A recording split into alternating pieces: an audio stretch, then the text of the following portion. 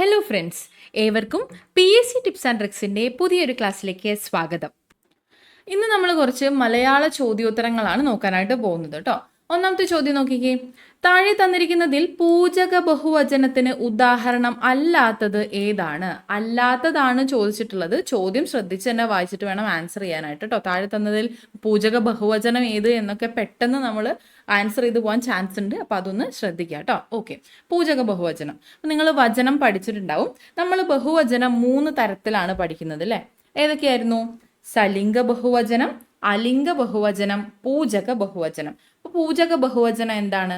ബഹുമാനം സൂചിപ്പിക്കുന്നതിന് വേണ്ടിയിട്ട്, അതായത് ആദരവ് സൂചിപ്പിക്കുന്നതിന് വേണ്ടിയിട്ട് ഏകവചന രൂപത്തിൽ ബഹുവചന പ്രത്യയങ്ങൾ ചേർക്കുന്നതാണ് പൂജക ബഹുവചനം. അപ്പോൾ ഇക്കൂട്ടത്തിൽ പൂജക ബഹുവചനം അല്ലാത്തത് അധ്യാപകർ എന്ന ഈ ഒരു വാക്കാണ് കേട്ടോ. പൂജക ബഹുവചനത്തിന് ഉദാഹരണമല്ലാത്തത് അധ്യാപകരാണ്. അധ്യാപകർ എന്ന ഈ ഒരു വാക്ക് അലിംഗ ബഹുവചനമാണ്. അലിംഗ ബഹുവചനം എന്ന് പറഞ്ഞാൽ എന്താണ്? പുല്ലിംഗം, സ്ത്രീലിംഗം എന്നിവ പ്രത്യേകം എടുത്ത് തിരിച്ചറിയാൻ പറ്റാത്തത്, അതായത് ആൺ പെൺ എന്നീ വ്യത്യാസം തിരിച്ചറിയാൻ സാധിക്കാത്ത ബഹുവചനങ്ങളാണ് അലിംഗ ബഹുവചനം എന്ന് പറയുന്നത്. മൂന്നാമത് നമുക്ക് പഠിക്കാനുള്ള ഏതായിരുന്നു? സലിംഗ ബഹുവചനം. അതിനകത്ത് എന്തായിരിക്കും? പുല്ലിംഗം, സ്ത്രീലിംഗം, നപുംസകലിംഗം എന്നിവയിൽ ഏതെങ്കിലും ഒന്നിൻ്റെ ഒരു ബഹുവചന പദമായിരിക്കും ഉണ്ടാവുക. അപ്പോൾ സലിംഗം അത് ലിംഗത്തോട് ചേർന്നത്. അലിംഗം എന്നാൽ ആൺപെൺ വ്യത്യാസം എന്നത് തിരിച്ചറിയാൻ സാധിക്കാത്തത്. പൂജക ബഹുവചനം എന്താണ്? ആദരവിനെ സൂചിപ്പിക്കുന്നതായിട്ട്. ഓക്കെ, അപ്പോൾ ഇവിടെ തന്നിട്ടുള്ള നിങ്ങൾ, മാരാർ, ശാസ്ത്രികൾ എന്നിവയെല്ലാം തന്നെ ബഹുവചന പൂജക ബഹുവചനമാണ്. അധ്യാപകർ എന്താണ്? അലിംഗ ബഹുവചനമാണ്. കുട്ടികൾ, മൃഗങ്ങൾ, മക്കൾ, ബന്ധുക്കൾ, ജനങ്ങൾ, മടിയർ, പക്ഷികൾ, ഇതൊന്നും തന്നെ എന്താണ്? ഇവയെല്ലാം തന്നെ എന്താണ്? അലിംഗ ബഹുവചനത്തിന് ഉദാഹരണമാണ്. എന്തൊക്കെയാണ്? കുട്ടികൾ, മൃഗങ്ങൾ, മക്കൾ, ബന്ധുക്കൾ, ജനങ്ങൾ, മടിയർ, പക്ഷികൾ. ഇതിലേതെങ്കിലും ആൺ പെൺ വ്യത്യാസം തിരിച്ചറിയാൻ പറ്റുന്നുണ്ടോ? ഇല്ല. അപ്പോൾ അത് അലിംഗ ബഹുവചനത്തിന് ഉദാഹരണമാണ്. ഓക്കെ ആണല്ലോ. അടുത്തത്, നിങ്ങൾ എന്ന പദം പിരിച്ചെഴുതുക. പിരിച്ചെഴുത്തും ചേർത്തെഴുത്തും ഒക്കെ ഒരുവിധപ്പെട്ട എല്ലാ ചോദ്യപേപ്പറിലും നമ്മൾ കാണാറുണ്ട്. നിങ്ങൾ എന്ന പദം എങ്ങനെയാണ് പിരിച്ചെഴുതുന്നത്? നിൻകൾ ആണ് കേട്ടോ. നിൻകൾ ആണ് നിങ്ങൾ എന്നത്. നിൻകൾ ആണ് നിങ്ങൾ. നമുക്ക് കുറച്ച് ചോദ്യപേപ്പറുകളിലെ 2-3 ചോദ്യങ്ങളും കൂടി നോക്കാം. അതിനുശേഷം സാധാരണയായിട്ട് വരാറുള്ള കുറച്ച് ചേർത്തെഴുത്ത്, പിരിച്ചെഴുത്ത് നമുക്കൊന്ന് നോക്കാം കേട്ടോ. അടുത്ത ചോദ്യത്തിലേക്ക് പോവാം. അതിഥിയെ സ്വീകരിക്കുന്നയാൾ എന്ന അർത്ഥം വരുന്ന പദം ഏതാണ്? അതിഥി. അതിഥി എഴുതിയത് കണ്ടോ? അതിഥി എന്ന് കണ്ടു. അതിഥിയെ സ്വീകരിക്കുന്നയാൾ ആരാണ്? ആതിഥേയനാണ്. അപ്പൊ അതിലെ അക്ഷരങ്ങൾ മാറേണ്ട ആവശ്യമില്ല. അതിഥി എന്നതിൽ കറക്റ്റായിട്ട് കൊടുത്തിരിക്കുന്ന അതേ അക്ഷരങ്ങളാണ് ആതിഥേയനിലും വരുന്നത്. ഓക്കെ ആണോ? അപ്പൊ അതിഥിയെ സ്വീകരിക്കുന്നത് ആരാണ്? ആതിഥേയനാണ്. ഇനി ആരാണ് അതിഥി? അതിഥി എന്നാൽ തിഥി നോക്കാതെ വരുന്നയാളാണ് അതിഥി. തിഥി നോക്കാതെ വരുന്നവനാരാണ്? അതിഥിയാണ്. ഓക്കെ, ഇനി അതിഥിയെ സൽക്കരിക്കലാണ് ആതിഥ്യം. ആതിഥ്യം അതും അതേ തായും ധായും തന്നെയാണ് കേട്ടോ. അക്ഷരങ്ങൾ വ്യത്യാസം വരുന്നില്ല ഇവിടെ. കറക്റ്റായിട്ട് അത് തന്നെയാണ് വരുന്നത്. തിഥി നോക്കാതെ വരുന്നവൻ അതിഥി, അതിഥിയെ സൽക്കരിക്കൽ ആതിഥ്യം, അതിഥിയെ സ്വീകരിക്കുന്നയാൾ എന്ന അർത്ഥം വരുന്നത് ആതിഥേയൻ. ഓക്കെ ആണോ? ഓക്കെ, ശരിയായ പദം കണ്ടെത്തുക. ഇവിടെ തന്നിട്ടുള്ളതിൽ ശരിയായ പദം ഖണ്ഡാകാരം എന്നൊരു വാക്കാണ് നമുക്കിവിടെ തന്നിട്ടുള്ളത്. മണിഗോപുരം അല്ലെങ്കിൽ മണിമാളിക എന്ന അർത്ഥം വരുന്ന ഒരു പദമാണ് ഖണ്ഡാകാരം എന്നത്. അതിൻ്റെ കറക്റ്റ് ആയിട്ടുള്ള പേര് അല്ലെങ്കിൽ ഉച്ചാരണം ഖണ്ഡാകാരം എന്നാണ്. അത് ഓപ്ഷൻ ബിയിൽ എഴുതിയ പ്രകാരമാണ്. ഇതാണ് ശരിയായിട്ടുള്ള വാക്ക്, ഖണ്ഡാകാരം. ഓക്കെ, ഖണ്ഡാകാരം. ഓക്കെ, അതാണ് ശരിയായിട്ടുള്ളത്. അർത്ഥം എന്താണ്? മണിഗോപുരം അല്ലെങ്കിൽ മണിമാളിക. പദശുദ്ധിയിൽ നിന്നുള്ള ചോദ്യങ്ങളും നമുക്ക് ഒരുപാട് ചോദ്യപേപ്പറുകളിൽ റിപ്പീറ്റഡ് ആയിട്ട് കാണാൻ പറ്റുന്നുണ്ട്. അപ്പോൾ മാക്സിമം ക്വസ്റ്റ്യൻസ് ചെയ്ത് തന്നെ പഠിക്കുക കേട്ടോ. താഴെ തന്നിരിക്കുന്നതിൽ പുഞ്ച എന്ന പദത്തിന്റെ വിപരീത പദം കണ്ടെത്തുക. പുഞ്ച എന്ന പദത്തിന്റെ വിപരീത പദം എന്താണ്? നഞ്ചയാണ് കേട്ടോ. പുഞ്ച, നഞ്ച, അതങ്ങനെ തന്നെ പഠിക്കുക കേട്ടോ. പുഞ്ച എന്നതിന്റെ വിപരീത പദം എന്താണ്? നഞ്ചയാണ്. പുഞ്ച, നഞ്ച. നമുക്ക് കുറച്ച് ഇതുപോലത്തെ ഓപ്പോസിറ്റ് വേർഡ്സ്, വിപരീത പദങ്ങൾ നമുക്ക് നോക്കാം കേട്ടോ. ഈ ഒരു ക്വസ്റ്റ്യൻ പേപ്പർ ഡിസ്കഷൻ ചെയ്ത ശേഷം അവസാനം നമുക്ക് കുറച്ച് അങ്ങനത്തെ ഉദാഹരണങ്ങൾ നോക്കി പോവാം. അടുത്തത്, താഴെ തന്നിരിക്കുന്നതിൽ സ്ത്രീലിംഗ പദം അല്ലാത്തത് ഏതാണ്? സ്ത്രീലിംഗ പദം അല്ലാത്തത് കീകടി, തപസ്വി, ക്ഷമിത്രി, ഘാതിനി എന്നീ 4 പദങ്ങളാണ് തന്നിട്ടുള്ളത്. കേൾക്കുമ്പോൾ ഏകദേശം എല്ലാം ഒരുപോലെ ഉണ്ട്. പക്ഷെ നമ്മുടെ ഇവിടുത്തെ ആൻസർ തപസ്വിയാണ് കേട്ടോ.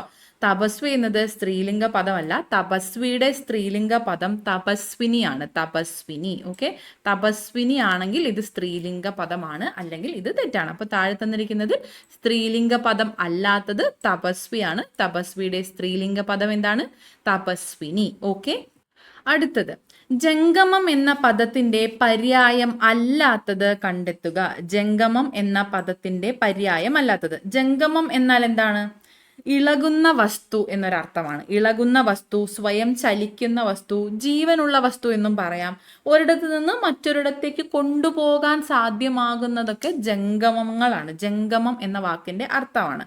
അപ്പോൾ ഇതിൽ പറഞ്ഞിട്ടുള്ള ഇംഗം, ത്രസം, ചരം ഇവയെല്ലാം തന്നെ ഈ ഒരു അർത്ഥവുമായി ബന്ധപ്പെട്ടതാണ്. അതായത് ഇംഗം എന്നാൽ അനക്കമുള്ളത് എന്നാണ് അർത്ഥം. ഇംഗം അനക്കമുള്ളതാണ്. ത്രസം എന്നാലും ചരം എന്നാലും ഇത് തന്നെയാണ്. ഇളകുന്നത് അല്ലെങ്കിൽ കാട് എന്നൊരർത്ഥം വരുന്നതാണ് ത്രസം. ചരവും അതുപോലെ ജംഗമം എന്ന വാക്കിന്റെ പര്യായമായി വരുന്ന ഒരു പദമാണ്. എന്നാൽ ദത്തം അങ്ങനെയല്ല. ദത്തത്തിന്റെ അർത്ഥം എന്താന്ന് വെച്ചാൽ നൽകപ്പെട്ടത് എന്നാണ്. പ്രകൃതി ദത്തം എന്നൊക്കെ പറയില്ലേ, അതുപോലെ ദത്തം എന്നാൽ നൽകപ്പെട്ടത് എന്നാണ് അർത്ഥം. അപ്പോൾ ജംഗമം എന്ന പദത്തിന്റെ പര്യായം അല്ലാത്തത് ദത്തം എന്ന ഓപ്ഷൻ എ ആണ്. ഓക്കെ, അപ്പോൾ ഇത് ജംഗമം എന്നതിനോട് ചേർത്ത് ഇംഗം, ത്രസം, ചരം എന്നിവ കൂടി ഒന്ന് ഓർത്തിരിക്കുക കേട്ടോ. അടുത്തത് ഘടകപദം ചേർത്തെഴുതുക. അപ്പൊ എന്താണ് ഘടകപദം എന്ന് പറയുന്നത്? ഘടകപദം ചേർത്ത് എഴുതുക എന്ന് പറഞ്ഞിട്ടുണ്ട്. അതായത് വാക്യം ചേർത്ത് എഴുതുക. ഇംഗ്ലീഷിൽ കൺജങ്ഷൻസ് എന്ന് പറയും. അതായത് വാക്യങ്ങളെ തമ്മിൽ ചേർത്ത് എഴുതുന്ന പദം ആണ് ചോദിച്ചിട്ടുള്ളത്. സമാസം തന്നെയാണ് ഉദ്ദേശിക്കുന്നത്. പക്ഷെ ഏത് സമാസം എന്നോട് ചോദിക്കുന്നില്ല. ഏതാണ് ആ പദം എന്ന അർത്ഥത്തിലാണ് ഘടകപദം ചോദിക്കുന്നത്. Maximum previous year questions analyse ചെയ്ത് കഴിയുമ്പോൾ ഏകദേശം ഒരുപാട് ചോദ്യങ്ങൾ നമുക്ക് കിട്ടുമ്പോൾ തന്നെ ഏകദേശം നമുക്കൊരു ഐഡിയ കിട്ടും കേട്ടോ. നോക്കാം ഇവിടെ. നാടകം വാചിക പ്രധാനമാണ്, കഥകളി അണുപോലും അതല്ല എന്നുള്ളതാണ്. അപ്പോൾ ഈ തന്നിട്ടുള്ള 2 വാക്യങ്ങളെ തമ്മിൽ ചേർത്ത് എഴുതുക എന്നുള്ളതാണ്. അപ്പോൾ ഘടകപദം ചേർത്ത് ഈ 2 വാക്യങ്ങളെ തമ്മിൽ ഒന്നായിട്ട് എഴുതുക എന്നുള്ളതാണ് നമ്മുടെ ഇവിടുത്തെ ദൗത്യം വരുന്നത്. ഓക്കെ, അപ്പോൾ നാടകം വാചിക പ്രധാനമാണ്, കഥകളി അണുപോലും അതല്ല എന്നുള്ളതാണ് ഇവിടുത്തെ സ്റ്റേറ്റ്മെന്റ് തന്നിട്ടുള്ളത്, അല്ലെങ്കിൽ 2 വാക്യങ്ങൾ തന്നിട്ടുള്ളത്. നോക്കാം. നാടകം വാചിക പ്രധാനമായിരിക്കെ കഥകളി അണുപോലുമല്ല. നാടകം വാചിക പ്രധാനമായിരിക്കെ കഥകളി അണുപോലും അതല്ല എന്നുള്ളതാണ് ഇവിടുത്തെ കറക്റ്റ് ആയിട്ടുള്ള ആൻസർ. ഇവിടെ നാടകം വാചിക പ്രധാനമാണ്, കഥകളി അണുപോലും അതല്ല എന്നുള്ളതാണ് എന്ന് പറയുമ്പോൾ നാടകം വാചിക പ്രധാനമായിരിക്കെ കഥകളി അണുപോലും അതല്ല എന്നുള്ളതാണ് എന്ന് പറയുന്ന ഈ ഒരു ചേർത്തെഴുത്താണ് ഇവിടെ ചോദിച്ചിട്ടുള്ളത്. ഓക്കെ ആണോ? നടക്കാൻ പ്രയാസമുള്ള വഴി ഒറ്റപ്പദം എഴുതുക. ഒറ്റപ്പദം എഴുതാൻ ചോദിക്കാറുണ്ട് സാധാരണ. നടക്കാൻ പ്രയാസമുള്ള വഴി ദുർഗപദമാണ് കേട്ടോ. ദുർഗപദം. പ്രസ്താവം, പ്രസ്ഥാനം എന്നിവയുടെ അർത്ഥം. ഈ 2 വാക്യങ്ങൾക്ക്, ഈ 2 വാക്കുകൾക്ക് 2 അർത്ഥങ്ങൾ ഇവിടെ പറഞ്ഞിട്ടുണ്ട്. ഇതിൽ ഏതാണ് ശരി എന്നതാണ് ചോദിച്ചിട്ടുള്ളത്. പ്രസ്താവം എന്നാൽ എന്താണ്? പ്രസ്ഥാനം എന്നാൽ എന്താണ്? സമാന പദം എന്നത് നമ്മുടെ സിലബസിൽ തന്നിട്ടുള്ള PSC സ്ഥിരമായി തന്നെ ചോദിക്കുന്ന ഒരു ഭാഗം തന്നെയാണ്. അപ്പൊ സമാന പദത്തിൽ നിന്നുള്ള ഒരു ചോദ്യമാണ്. എന്താണ് പ്രസ്താവത്തിന്റെ അർത്ഥം? പ്രസ്ഥാനത്തിന്റെയും അർത്ഥം എന്താണ്? പ്രസ്താവം എന്നാൽ പറച്ചിൽ എന്നും ആരംഭം എന്നും അർത്ഥമുണ്ട്. അതുപോലെ പ്രസ്ഥാനം എന്നാൽ പുറപ്പാട് എന്നും അർത്ഥം വരുന്നുണ്ട്, യാത്ര എന്നും അർത്ഥം വരുന്നുണ്ട്. പ്രസ്ഥാനം എന്നാൽ യാത്ര എന്നും പുറപ്പാട് എന്നും അർത്ഥമുണ്ട്. പ്രസ്താവം എന്നാൽ പറച്ചിൽ എന്നും ആരംഭം എന്നും ഉണ്ട്. അപ്പൊ ഇവിടെ തന്നിരിക്കുന്നു പ്രസ്താവം, പ്രസ്ഥാനം. സമാനമായിട്ടുള്ളത് ഏതാണ്? പറച്ചിൽ, യാത്ര. അതുപോലെ ആരംഭം, പുറപ്പാട്. 1ഉം 4ഉമാണ് ശരി. ഓപ്ഷൻ സി ആണ് ഇവിടെ കറക്റ്റ് ആയിട്ടുള്ള ആൻസർ. അടുത്ത ചോദ്യം. താഴെ തന്നിരിക്കുന്നവയിൽ നദിയുടെ പര്യായം ഏത്? പര്യായം ഏത് എന്നാണ് ചോദിച്ചത്. പര്യായം ഏത് എന്നാണോ പര്യായം അല്ലാത്തത് ഏത് എന്നാണോ ചോദിച്ചിട്ടുള്ളതെന്ന് കറക്റ്റ് മനസ്സിലാക്കിയിട്ട് വേണം ആൻസർ എഴുതാൻ. റിപ്പീറ്റഡ് ആയിട്ട് പറയുന്നത് നിങ്ങൾക്ക് തെറ്റിപ്പോവാൻ ചാൻസ് ഉള്ളതുകൊണ്ടാണ് കേട്ടോ. താഴെ പറയുന്നതിൽ നദിയുടെ പര്യായം ഏതാണ്? നദിയുടെ പര്യായ പദങ്ങൾ ഏതൊക്കെയാണ് വരുന്നത്? സരിത്ത്, തടിനി, ധുനി, തരങ്കിണി, ആപക എന്നിവയൊക്കെ നദിയുടെ പര്യായങ്ങളാണ്. ഏതൊക്കെയാണ്? സരിത്ത്, തടിനി, ധുനി, തരങ്കിണി, ആപക. ആപക എന്നതും നദിയുടെ പര്യായ പദമാണ് കേട്ടോ. സരിത്ത്, തടിനി, ധുനി, ആപക എന്നിവയൊക്കെ നദിയുടെ പര്യായ പദങ്ങളാണ്. ആൻസർ കിട്ടിയല്ലോ. നദിയുടെ പര്യായ പദം ഏതാണ്? തടിനിയാണ്. വിപരീത പദം എഴുതുക. വിപരീത പദം ചഞ്ചലം എന്ന വാക്കിന്റെ വിപരീത പദം എന്താണ്? ചഞ്ചലം എന്ന വാക്കിന്റെ വിപരീത പദം അചഞ്ചലം എന്നതാണ്. അചഞ്ചലം, ചഞ്ചലം, അചഞ്ചലം. ഓക്കെ. ഉച്ചം, നീചം എന്ന് പറയില്ലേ നമ്മൾ? ഉച്ചം, നീചം. ഏകാഗ്രത, വ്യഗ്രത. ഏകാഗ്രത, വ്യഗ്രത. അതുപോലെ ചഞ്ചലം, അചഞ്ചലം. അത് അങ്ങനെ തന്നെ പഠിച്ചു വെക്കുക കേട്ടോ. ചഞ്ചലം, അചഞ്ചലം. ഉച്ചം, നീചം. ഏകാഗ്രത, വ്യഗ്രത. ഉചിതം, അനുചിതം. ഓക്കെ, അങ്ങനെ പഠിച്ചു വെക്കാം. അടുത്തത് പിരിച്ചെഴുതുക. ഉണ്മ. ഉണ്മ. ഉണ്മ എങ്ങനെയാണ് പിരിച്ചെഴുതുന്നത്? ഉണ്മ പിരിച്ചെഴുതുമ്പോൾ ഉൾമ എന്നാണ് വരിക കേട്ടോ. ഉൾമ എന്നതാണ് കറക്റ്റ് ആയിട്ടുള്ളത്. ഉണ്മ എന്നാൽ ഉൾമായാണ്. ഉൾ പ്ലസ് മ. ഓക്കെ. അതുപോലെ തന്നെയാണ് കണ്ടു എന്നത്. കൺ തൂ എന്നതാണ് കണ്ടു. കണ്ടു എന്ന് എഴുതുമ്പോൾ നമ്മൾ കൺ അധികം തൂ ആണ് എഴുതുക. ഓക്കെ. കൺ തൂ ആണ് കണ്ടു. ഓക്കെ. ഇനി ശരിയായ പദം ഏതാണ്? ശരിയായ പദം ചുവടെ തന്നിട്ടുള്ളതിൽ ശരിയായ പദം ഏതാണ്? ശരിയായ പദം ഇതിൽ തന്നിട്ടുള്ളതിൽ നിശ്ചയമാണ്. ഇപ്രകാരമാണ് നിശ്ചയം എന്ന് എഴുതേണ്ടത്. നിശ്ചയം എന്ന വാക്ക് ശരിയായിട്ട് എഴുതേണ്ട വിധം ഇതാണ്. ശരിയായ പദം നിശ്ചയം. ഈ ഒരു ഛ ഇത്തരത്തിലാണ് എഴുതേണ്ടത് എന്ന് മനസ്സിലാക്കി വെക്കുക. ഓക്കെ. നിശ്ചയം ഇത്തരത്തിലാണ് എഴുതുക. സമാന പദം ഏതാണ്? സമാന പദം. ഇനൻ എന്നത് എന്തിൻ്റെ പര്യായമാണ് എന്നറിഞ്ഞാൽ ഇത് മനസ്സിലാവും. സമാന പദം ചോദിച്ചിരിക്കുന്നതിന് അത് അങ്ങനെ ഒരു അർത്ഥവും കൂടി ഉണ്ട്. ഇനൻ എന്നാൽ എന്താണ്? ഇനൻ സൂര്യനാണ് കേട്ടോ. സൂര്യനാണ്. ഇനൻ എന്നാൽ സൂര്യനാണ്. അതുപോലെ തന്നെയുള്ള മറ്റൊരു വാക്കാണ് അനലൻ എന്നത്. അനലൻ എന്നാൽ അഗ്നിയാണ്. അനലൻ. അനലൻ എന്നാൽ അഗ്നിയാണ്. അനലൻ. അനലൻ അഗ്നിയാണ്. എന്നാൽ അനിലൻ കാറ്റാണ് കേട്ടോ. അനലൻ അഗ്നിയാണ്, അനിലൻ കാറ്റാണ്. അവിടെ ഒരു ചേഞ്ച് ഉണ്ട്. അനിലൻ എന്ന് വന്നാൽ കാറ്റ് എന്ന അർത്ഥമാവും. അനലൻ എന്നാൽ തീയാണ് കേട്ടോ, അല്ലെങ്കിൽ അഗ്നിയാണ്. അനലൻ അഗ്നിയാണ്, അനിലൻ കാറ്റാണ്. ഇനൻ എന്നാൽ സൂര്യനാണ്. തെറ്റില്ലാത്ത വാക്യം ഏതാണ്? തെറ്റില്ലാത്ത വാക്യം ഒന്ന് നോക്കുമ്പോൾ നമുക്ക് എല്ലാം തന്നെ വലിയ കുഴപ്പമില്ലല്ലോ എന്നുള്ള രീതിയിലൊക്കെ തോന്നും. ശ്രദ്ധിക്കുക. നന്ദി രേഖപ്പെടുത്തുന്നു, നന്ദി പറയുന്നു, നന്ദി തരുന്നു, നന്ദി വാങ്ങുന്നു. ഇതിപ്പോൾ എളുപ്പത്തിലാണ് നമുക്ക് തന്നിട്ടുള്ളത്. നമുക്ക് പെട്ടെന്ന് തന്നെ കണ്ടുപിടിക്കാം. തെറ്റില്ലാത്ത വാക്യം ഏതാണെന്ന് കണ്ടുപിടിക്കാം. പക്ഷെ സാധാരണ കുറച്ച് വലിയ സ്റ്റേറ്റ്മെന്റ്സ് അല്ലേ തരാറ്. നിങ്ങൾ ചോദ്യപേപ്പർ വർക്കൗട്ട് ചെയ്യുമ്പോൾ കണ്ടിട്ടുണ്ടാവുമല്ലോ. ഇത് നമുക്ക് എളുപ്പത്തിൽ കിട്ടിയിട്ടുണ്ട്. നോക്കാം. നന്ദി രേഖപ്പെടുത്തുന്നു. നന്ദി രേഖപ്പെടുത്താൻ പറ്റുമോ? ഇല്ല. നന്ദി പറയുകയാണ് ചെയ്യുക. നന്ദി പറയുന്നു. നന്ദി പറയുന്നു എന്നതാണ് ശരിയായിട്ടുള്ള വാക്യം, അല്ലെങ്കിൽ തെറ്റില്ലാത്ത വാക്യം. നന്ദി പറയുന്നു. ഓക്കെ. ചേറ്റിൽ കുത്തിയ കൈ ചോറ്റിൽ കുത്താം എന്ന പഴഞ്ചൊല്ല് അർത്ഥമാക്കുന്നത് എന്താണ്? ചേറ്റിൽ കുത്തിയ കൈ ചോറ്റിൽ കുത്താം എന്ന പഴഞ്ചൊല്ല് അർത്ഥമാക്കുന്നത് എന്താണ്?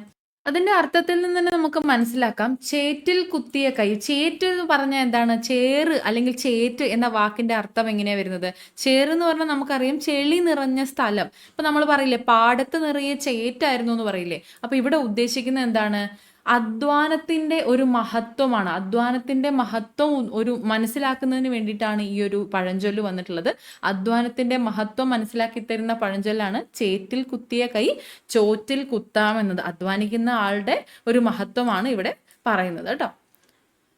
As the seed so the sprout. As the seed so the sprout എന്നതിന്റെ പരിഭാഷയും സാധാരണയായി ചോദിക്കാറുണ്ട്. അപ്പോൾ ആ ഒരു വാക്യം നോക്കുമ്പോൾ as the seed so the sprout. Sprout എന്ന് പറഞ്ഞാൽ എന്താണ്? നമ്മൾ പറയില്ലേ മുള വന്നത് എന്നൊരു അർത്ഥത്തിൽ പറയാറില്ലേ? സ്പ്രൗട്ടഡ് സീഡ്സ് എന്നൊക്കെ നമ്മൾ പറയാറില്ലേ? അപ്പോൾ സ്പ്രൗട്ട് എന്നാൽ മുള വന്നതാണ്. അപ്പോൾ സീഡ് പോലെ തന്നെ ആയിരിക്കും സ്പ്രൗട്ട് എന്നൊരർത്ഥമാണ് ഇവിടെ വരുന്നത്. അപ്പോൾ എന്താണ്? വിത്ത് ഗുണം 10 ഗുണം എന്നതാണ് ഇവിടെ അർത്ഥം വരുന്നത് കേട്ടോ. As the seed so the sprout. അതാണ് വിത്ത് ഗുണം 10 ഗുണം. ഓക്കെ. ചേർത്തെഴുതുക. ഇ പ്ലസ് അൾ. ഇതാണ് നമ്മൾ നേരത്തെ തിരിച്ച് കണ്ടത്. എങ്ങനെയാണ്? ഇതിന്റെ പിരിച്ചെഴുതുക എന്ന് പറഞ്ഞു. അപ്പോൾ അതിന്റെ ചേർത്തെഴുതുകയാണ് നമ്മളോട് ഇവിടെ ചോദിച്ചിരിക്കുന്നത്. ഇ പ്ലസ് അൾ എന്നത് ഇവൾ എന്നാണ് കേട്ടോ. ഇവൾ, ഇവൾ. ഓക്കെ. ഇ അധികം അൾ എന്നത് ഇവൾ എന്നാണ്. അങ്ങനെയാണെങ്കിൽ ഇവൻ എന്നത് എങ്ങനെ പിരിച്ചെഴുതും? ഇപ്പോൾ ഇവൾ എന്നെഴുതി. ഇവൻ എന്നത് എങ്ങനെയാണ് പിരിച്ചെഴുതുക? ഇ അധികം അൻ ആണ് കേട്ടോ. ഇ അധികം അൻ ആണ്. അൻ. ഈ അധികം അന്നാണ് ഇവൻ, ഇവൻ. അപ്പോൾ അവൾ എങ്ങനെയാണ്? അവൾ ആ അധികം അള്ളാണ്.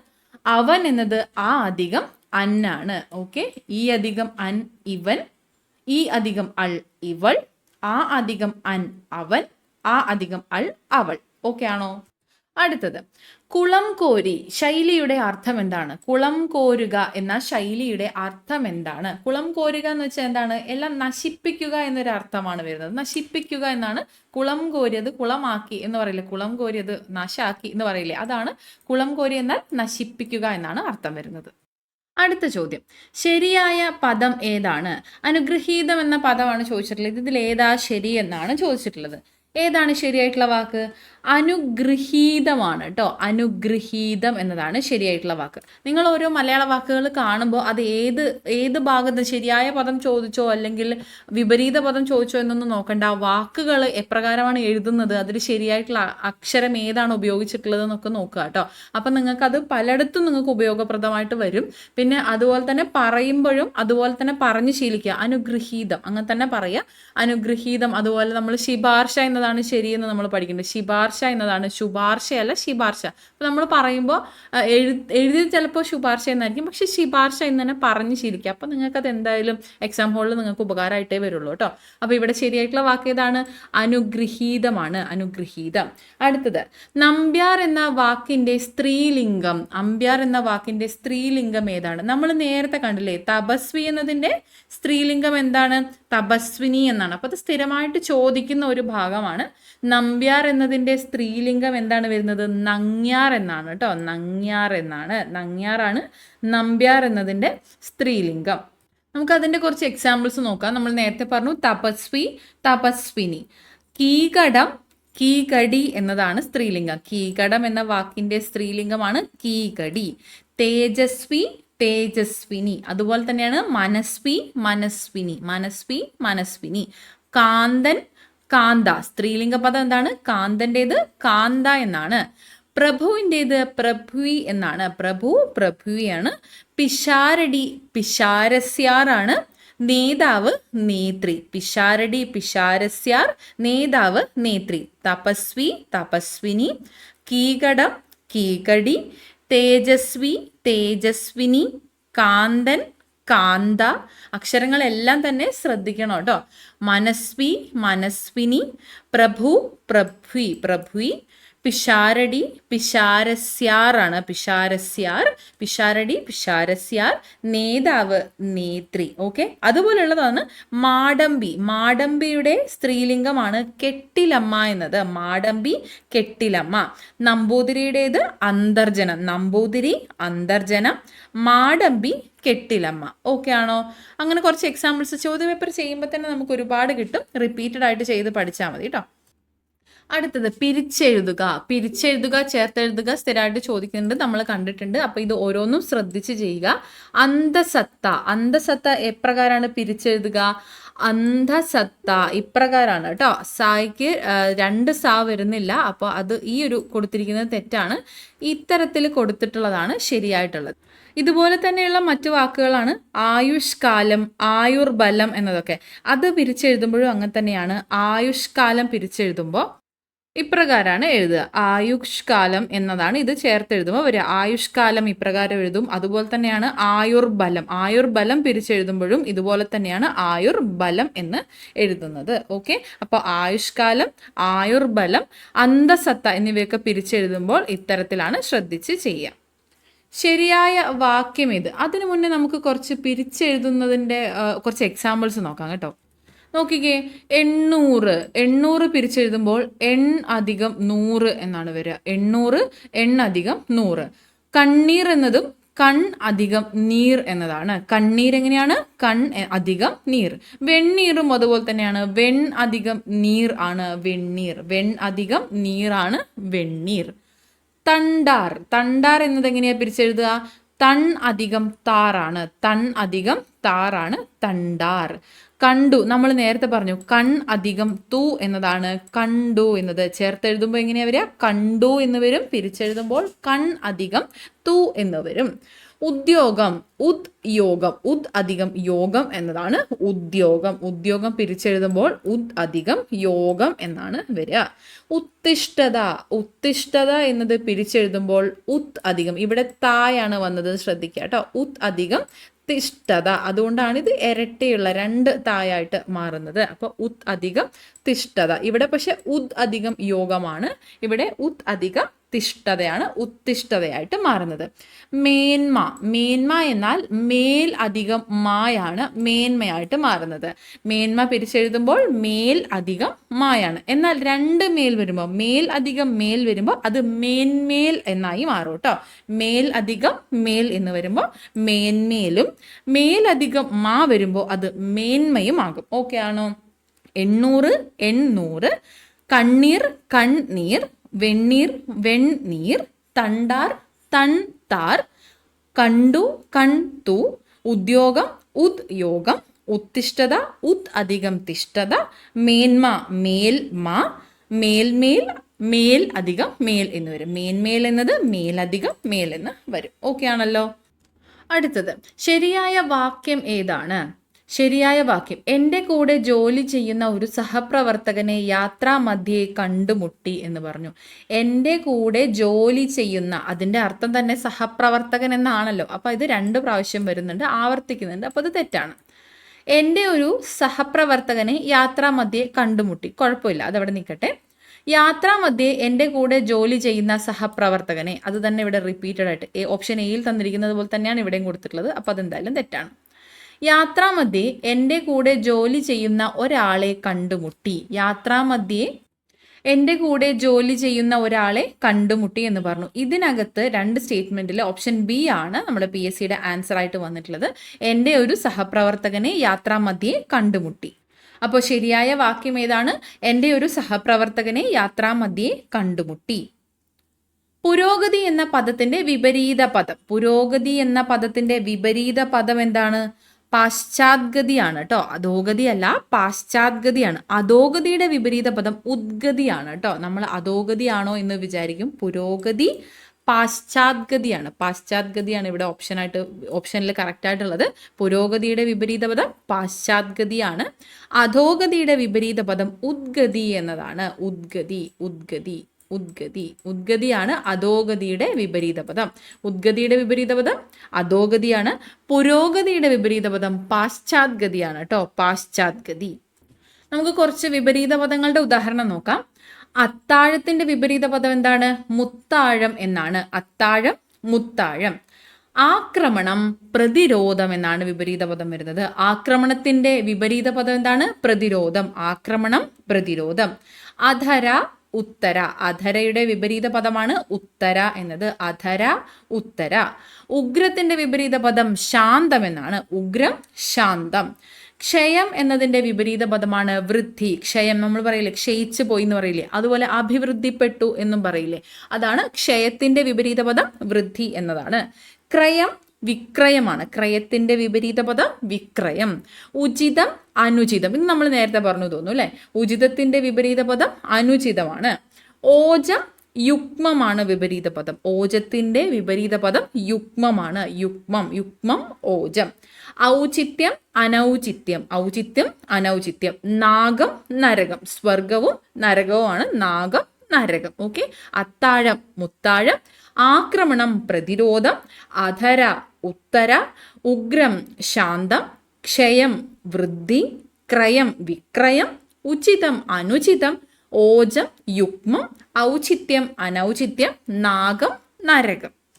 മാക്സിമം എക്സാമ്പിൾസ് കളക്ട് ചെയ്യുക കേട്ടോ. എത്രത്തോളം പ്രാക്ടീസ് ചെയ്യുന്നോ അത്രയും നല്ലതാണ്. ഇത് എന്നും പറയുന്നതാണ്. റിപ്പീറ്റഡ് ആയിട്ട് ക്വസ്റ്റ്യൻസ് ചെയ്ത് പഠിക്കുക തന്നെ ചെയ്യുക കേട്ടോ.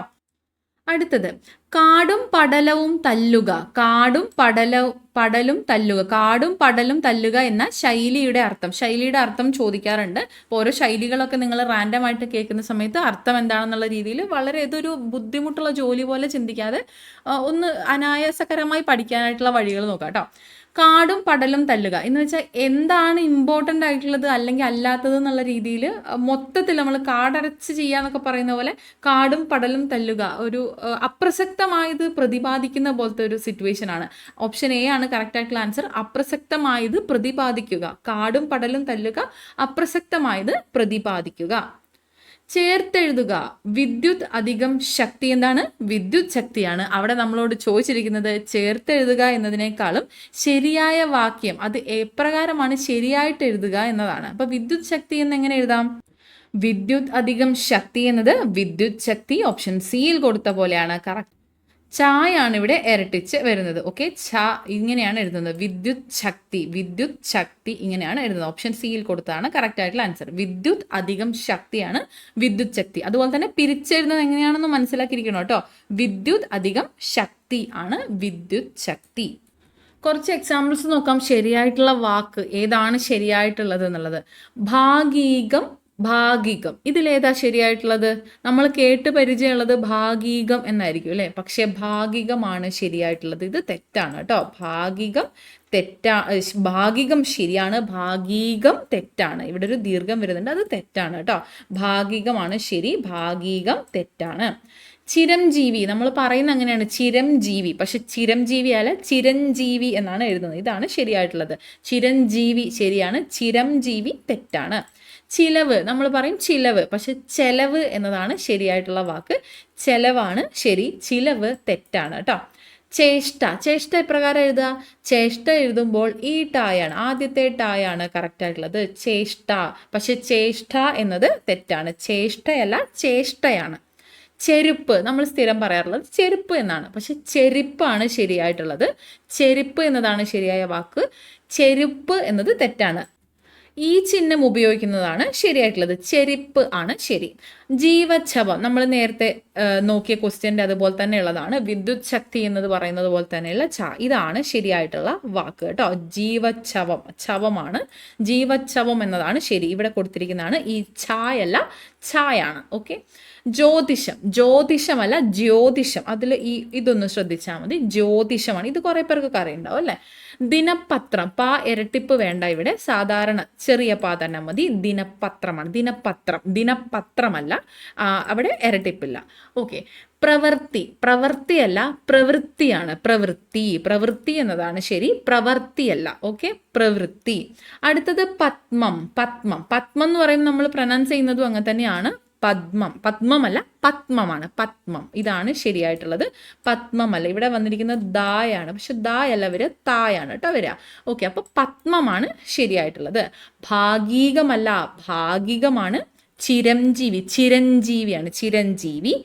ചെലവ്, ചേഷ്ട, ചെരിപ്പ്, ജീവച്ഛവം, ജ്യോതിഷം, ദിനപത്രം, പ്രവൃത്തി, പത്മം. ഓക്കെ.